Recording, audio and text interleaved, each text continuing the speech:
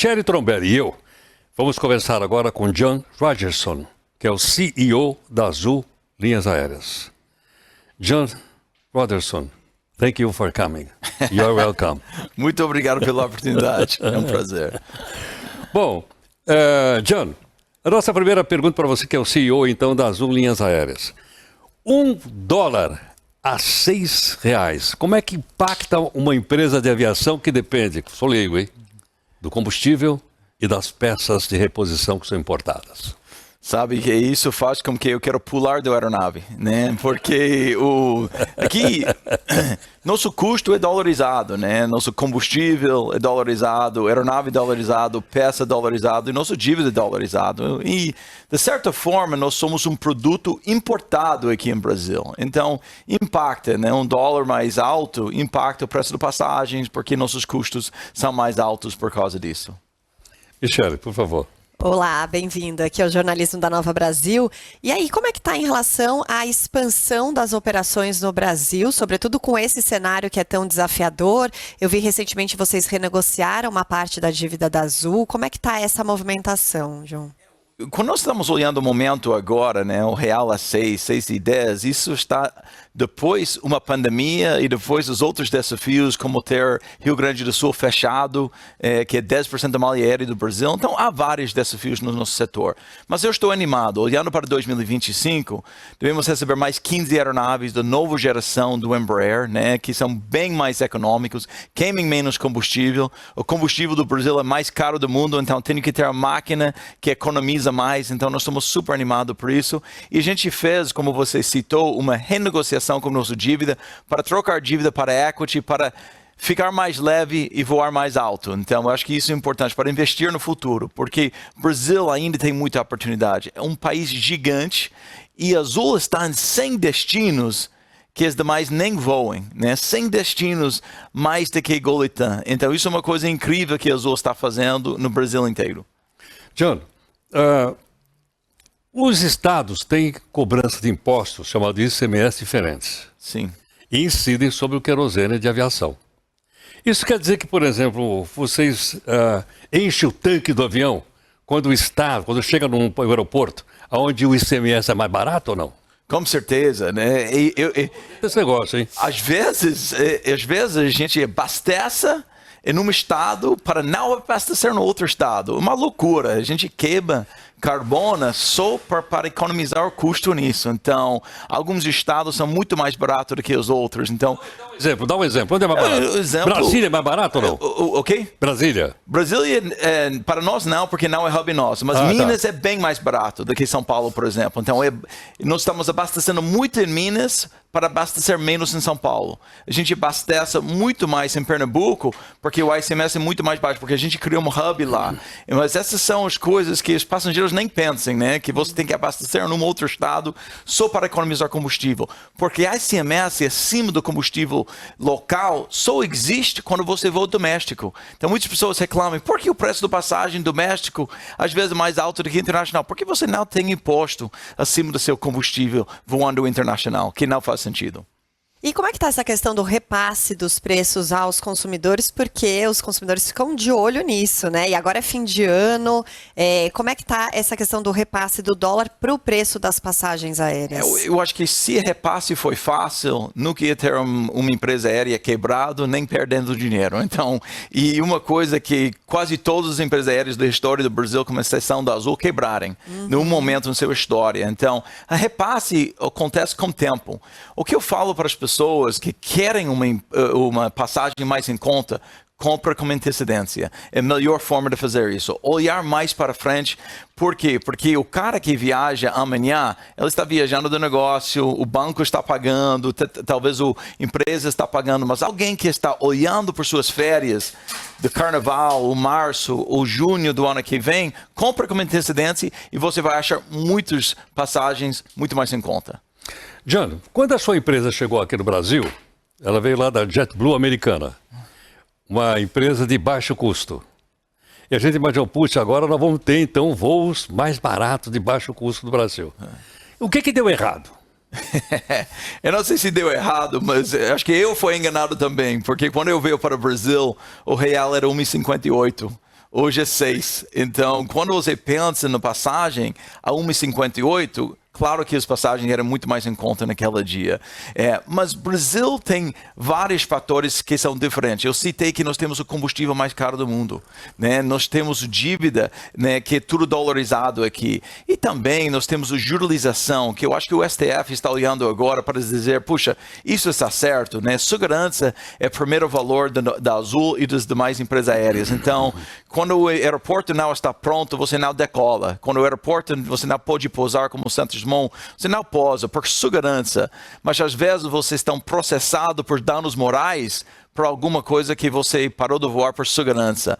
O Brasil tem 3% dos voos mundial, mas 98% dos processos judiciais do mundo. Não faz sentido. Então essas são coisas que, se corrigirmos isso, nós podemos crescer muito mais. Então, em vez de reclamar do combustível, dos processos judiciais muito alto, o que eu falo é, olhe a oportunidade para desenvolver turismo deste país, para ter mais pessoas voando, mais aeronaves do Embraer contratados. Então, há muita oportunidade que este país gigante ainda tem. E como é que está a relação da Azul com a busca por outras alternativas nessa transição energética que a gente vive? Recentemente eu até conheci um pouco mais a respeito da macaúba, que é aquela palmeira que gera biodiesel, inclusive já está sendo testada na aviação. Como é que a Azul se envolve nessa questão energética também climática? A primeira coisa que nós temos que fazer é ter os motores mais econômicos do mundo. Porque essas coisas que você está falando do SAF, né, de combustível sustentável, pode ser 1%, 2%, mas uma nova turbina que vem da fábrica do Embraer, quando eles entregam a nova aeronave, está economizando 20%. Então é muito mais importante ter os turbinas mais novos que tem hoje. Mas nós estamos trabalhando com Raizen, estamos trabalhando com RBP, nessas novas tecnologias, porque o Brasil é um país abençoado, né? Para pensar, o Brasil é um país que pode ter combustível sustentável, que a Europa não tem esta possibilidade, Estados Unidos talvez, mas vários outros países não têm, mas o Brasil tem esta oportunidade. John, a sua empresa veio do mercado americano altamente competitivo, uma concorrência tremenda, né? E isso beneficia, logicamente, o consumidor americano. No Brasil, nós temos 3 ou 4 empresas aéreas grandes. O que acontece? Isso forma um oligopólio ou não?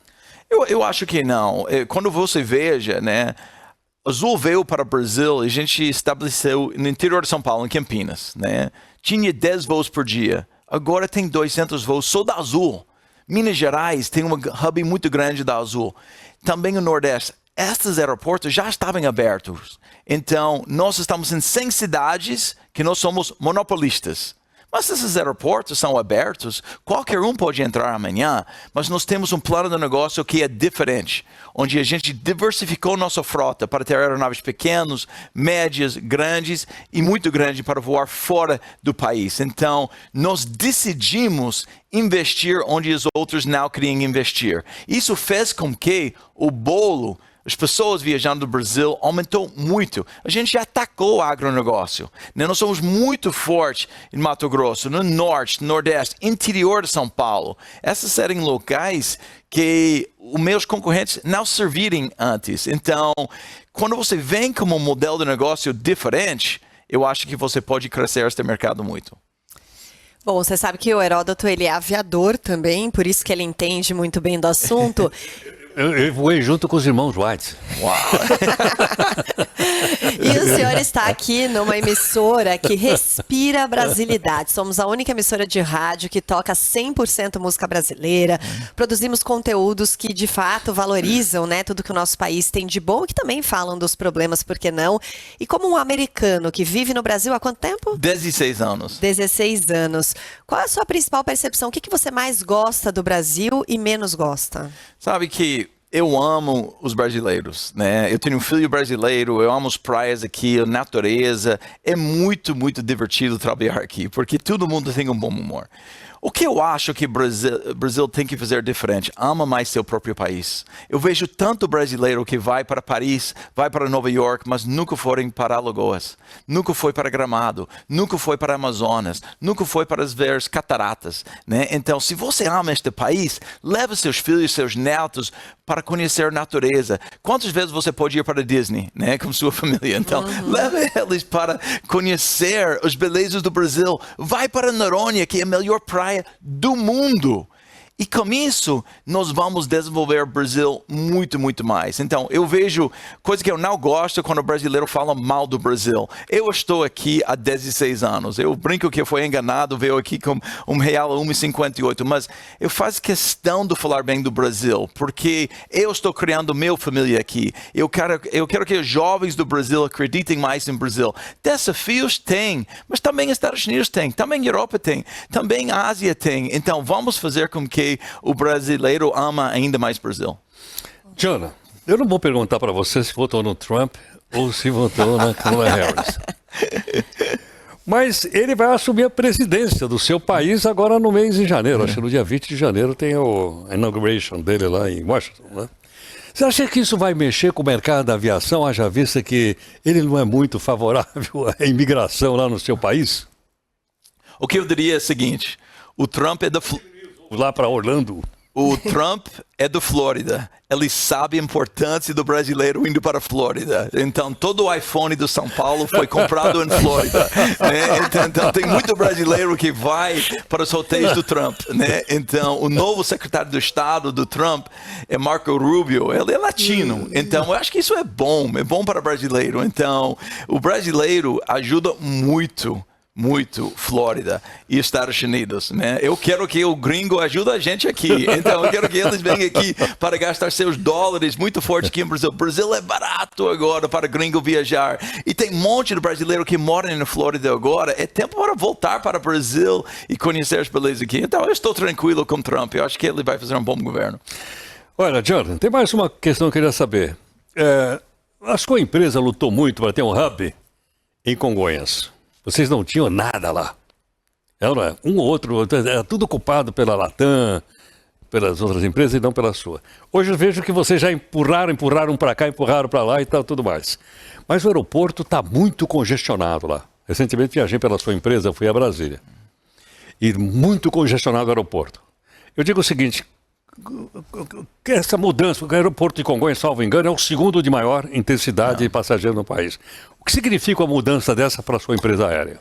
Eu acho que isso faz com que as passagens fiquem ainda mais caras, porque o taxiamento em Congonhas neste momento, às vezes, é 50 minutos para taxiar, por causa das obras. Mas nós temos que entender que este é um momento diferente de Congonhas por causa das obras. E as obras estão lá para ajudar a melhorar a eficiência aqui para frente. Então, sim, é um pouco complicado neste momento, e por isso, talvez você deve vir para Viracopos.